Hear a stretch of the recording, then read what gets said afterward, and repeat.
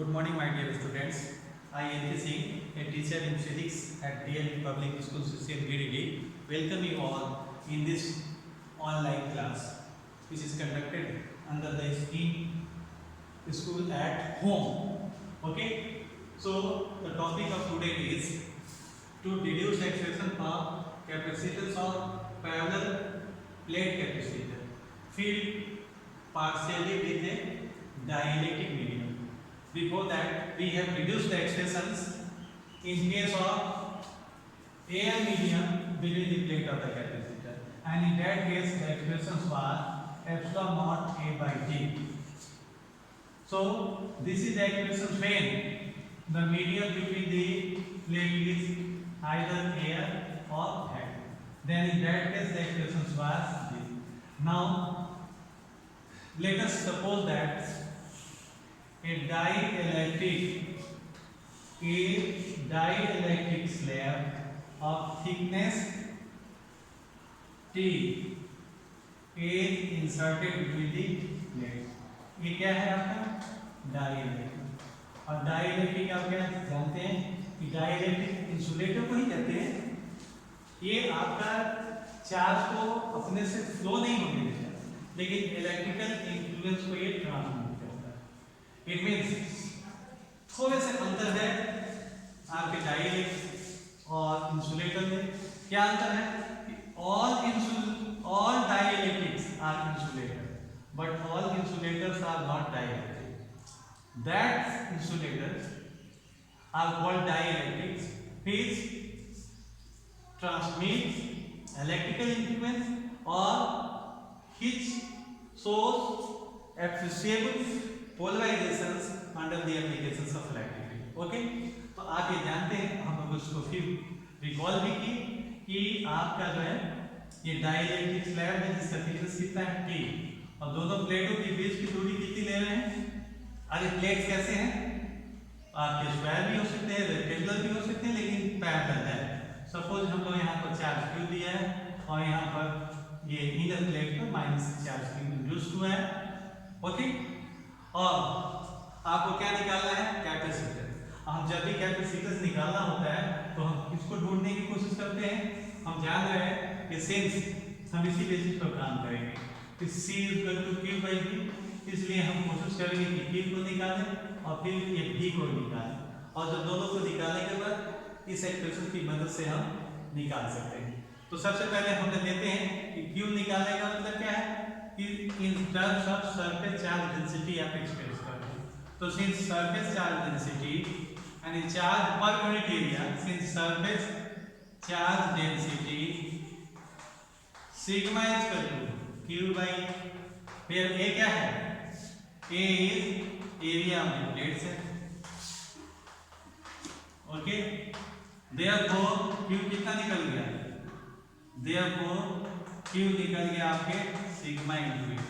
तो हम समझते हैं कि Q तो निकाल लिए, और हम क्या ढूंढेंगे, V।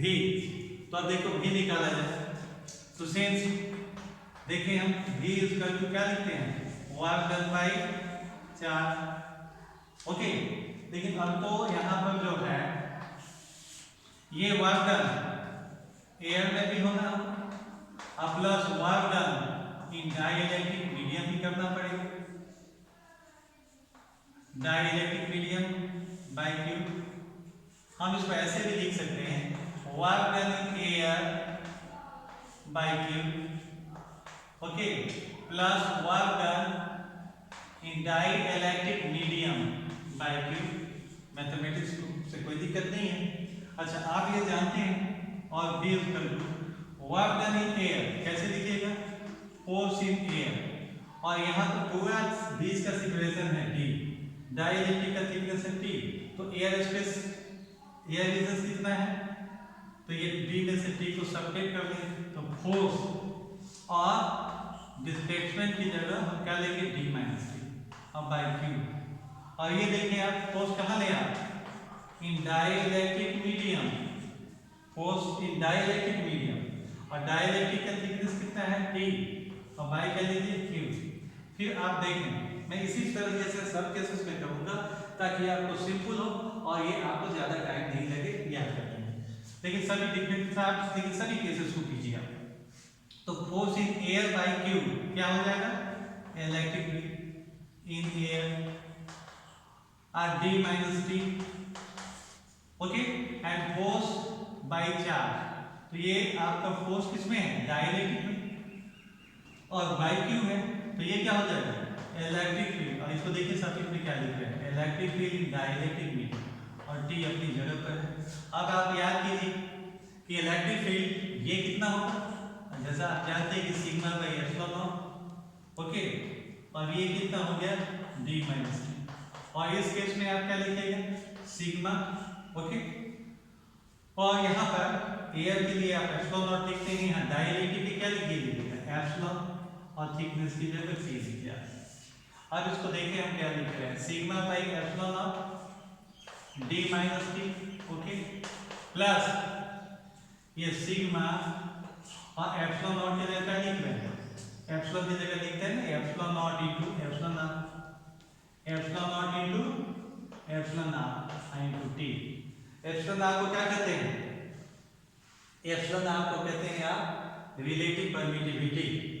और ख्याल करें आप यहाँ पर हम एक एक्सप्रेशन क्या यूज किए हैं, कि फोर्स बाय चार्ज, मैं यहाँ लिख देता हूँ कि force acting on unit positive charge क्या है, इलेक्ट्रिक फील्ड। दूसरा हम फॉर्मूला यूज किए हैं कि अगर ये आपका ऐसा एक पॉजिटिव प्लेट है और इधर नेगेटिव है, और यदि एयर स्पेस है इस केस में, तो यहाँ पर इलेक्ट्रिक फील्ड हम कितना लिखे हैं, सिग्मा बाय एप्सिलॉन।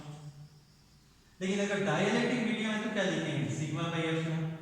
फिर आप ये भी देखेंगे, ये रफ है जो आपको रिकॉल करने के लिए, समझने के लिए लिखा है कि आपको दिक्कत नहीं हो। तो यहाँ हम एप्सिलॉन तो क्या लिखे हैं, epsilon not into epsilon not. Clear है, आप पढ़े भी हैं कि रिलेटिव परमिटिविटी को कैसे डिफाइन भी किए हैं, कि ये permittivity of medium by permittivity of free space. तो हम समझते हैं कि पोटेंशियल डिफरेंस का एक्सप्रेशन यहाँ तक तो ठीक है। अब आप इसी को आप ऐसे भी लिख सकते हैं, देखिए हम ये एक्सप्रेशन को देखिए आप, हम यहाँ ऐसे लिख रहे हैं, नाउ और v इक्वल टू, देखो क्या लिखिए गया, sigma by epsilon not, okay, common अगर लिया जाए तो यहाँ क्या बचेगा, d माइनस टी, और यहाँ सिग्मा बाई एप्सिलॉन लिए हैं कॉमन आप, तो यहाँ क्या बच रहा है, बल्कि ये यहाँ पर आपको बल्कि माइनस टी को भी कॉमन ले लें तो यहाँ 1 होगा, ओके, और 1 होने के बाद यहाँ पर क्या हो जाएगा, माइनस क्या लिखेगा आपका 1 बाई एप्सिलॉन, तो वो minus T, D minus T, और यहाँ पर अगर हम प्लस लेते हैं तो टी बाई एप्सिलॉन और सिग्मा बाई एप्सिलॉन, ओके। आप तो ये भी जानते हैं कि sigma R is also, sigma R जिसको आप क्या कहते हैं, relative permittivity, is also denoted by या represented, also denoted by capital, और इसको क्या कहते हैं, डाइलेक्ट्रिक कांस्टेंट, ओके। तो आप ये भी जान गए कि हम इसको k को डाइलेक्ट्रिक कांस्टेंट k और epsilon r both are same things, okay. तो हम चाहे तो v के लिए therefore we can have v को आप ऐसे भी लिख सकते हैं, sigma by epsilon naught d minus t और 1 माइनस 1 बाय k। ज्यादा हम देखते हैं कि k के ही रूप में एक्सप्रेशन लिखा होता है, इसलिए हमने k के रूप में लिख दिया। Now since c is equal to q by d, okay, so q is just, we have expressed q in terms of surface charge density as sigma f, and now the expression for v is sigma by epsilon naught d minus t 1 minus 1 by k, okay। अब ये हम cancel कर दिए और इस तरह से हमारे पास फाइनल रिजल्ट क्या हो जाएगा, फाइनल रिजल्ट आप देखें, therefore और c is equal to, आप देखिए यहाँ पर क्या लिखेगा, c is equal to q by v से आप ये लिखिए और एप्सिलॉन ऊपर चला गया तो एप्सिलॉन नॉट a और नीचे क्या लिखिएगा, d माइनस डी और 1 माइनस 1/k। अब आप देखें कि हवा के केस में क्या था ये result epsilon dot k by D, लेकिन अगर बीच में एक डायरेक्ट स्लैब इंसर्ट किए तो क्या हुआ है, अब ये d में से कुछ कम हुआ है, ये एक पॉजिटिव क्वांटिटी है। ओके, तो d में से के कम हो जाने का मतलब है कि नीचे जो है डिनोमिनेटर कम हुआ, और तब ऐसे केस में आपका जो है ये इसके कम होने से कैपेसिटेंस बढ़ जाएगा। सो C increases, so we see that C and capacitance increases on introducing a dielectric slab, and partly the result if T becomes equal to T, यानी अभी ऐसा करें हम लोग कि ये पूरा ही इसके स्पेस को हम लोग इससे भर दें डाइइलेक्ट्रिक मीडियम से, तब क्या होगा, जो ये T था D के इक्वल हो गया। तो इस केस में यहाँ से रिजल्ट कितना हो जाएगा, C equal to epsilon naught A और D माइनस D, T की जगह हम लिखे प्लस D बाई K। तो इस तरह से ये आपका रिजल्ट कितना हो जाएगा, epsilon not KA by D। तो यदि आप पूरा ही डाइइलेक्ट्रिक इंसर्ट कर दिए तो कैपेसिटेंस कितना हो गया, epsilon not KA by D।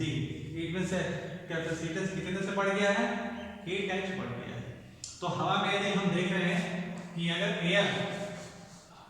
Air के केस में आप देखें यहाँ पर कि C अगर एयर के साथ epsilon not K by D है, तो C विद डाइइलेक्ट्रिक मीडियम, आप फुली फ्री डाइइलेक्ट्रिक मीडियम या epsilon not KA by D। इस मींस क्या है कि अगर आप कंप्लीट डाइइलेक्ट्रिक से फील कर देते हैं तो कैपेसिटेंस आपका K टाइम्स बढ़ जाता है। अब एक अगला केस है आपका जो है वो है कि हम कैपेसिटेंस कब निकालें, जब कि एक कंडक्टिंग स्लैब को हम इंसर्ट कर दें इसके बीच में, दोनों प्लेटों के बीच में। तो इस बार तक हमारा केस जो है वो क्या है कि expression for capacitance of the parallel plate capacitor field partially, लेकिन डाइइलेक्ट्रिक से नहीं, किससे फील करेंगे हम, इस डाइइलेक्ट्रिक की जगह पर इस बार हम फील करेंगे ए कंडक्टिंग मीडियम से। तो इसको कर लेने के बाद हम लोग फिर अगला टॉपिक लेंगे। तो ये parallel plate capacitor field partially with a conducting slab. तो देख ले डायग्राम वो वाले वैसा ही आपका है, पर इसमें इस बार क्या दिए हैं यार, वहां डाइइलेक्ट्रिक लिए थे ना, ये क्या है कंडक्टर, और यहाँ पर Q चार्ज माइनस, और इसका थिकनेस कितना है T। तो देख ले यहाँ है, यहाँ भी हमें क्या करना है, कैपेसिटेंस निकालना है। कैपेसिटेंस हम कैसे निकालेंगे, C equal to Q by B से। इसके लिए हम Q और B को निकालेंगे और वैल्यू रखेंगे। तो वहाँ डाइइलेक्ट्रिक के केस में कुछ यहाँ फील्ड रहता है, और कंडक्टर के केस में यहाँ इलेक्ट्रिक फील्ड जीरो होता है। ये चीज अंतर है आप। तो अब आप देख लें कि सिंस सिग्मा इक्वल टू क्या लिखते हो, charge by area, therefore Q कितना हो जाएगा सिग्मा है, तो Q तो हम निकाल लिए, और हम भी निकालते हैं उसी तरीके से एग्जैक्टली निकालेंगे ताकि सभी एक जैसे हों और आप सुविधा से याद कर सकें। तो भी क्या लिखिएगा, वर्क डन बाई चार्ज। ये वर्क डन कैसे लिखोगे, फोर्स इनटू, अच्छा, अब ये वर्क डन की जगह हम क्या लिख रहे हैं, वर्क डन इन एयर, अब plus work done in conducting medium by Q। इसको हम कैसे लिख सकते हैं, work in air by Q plus work done, ये क्या है कंडक्टिंग मीडियम बाई Q। इसको देखो आप, ये हमारा कितना हो जाएगा, फोर्स इन एयर, और एयर में कितना डिस्टेंस है ये और ये, यानी D माइनस T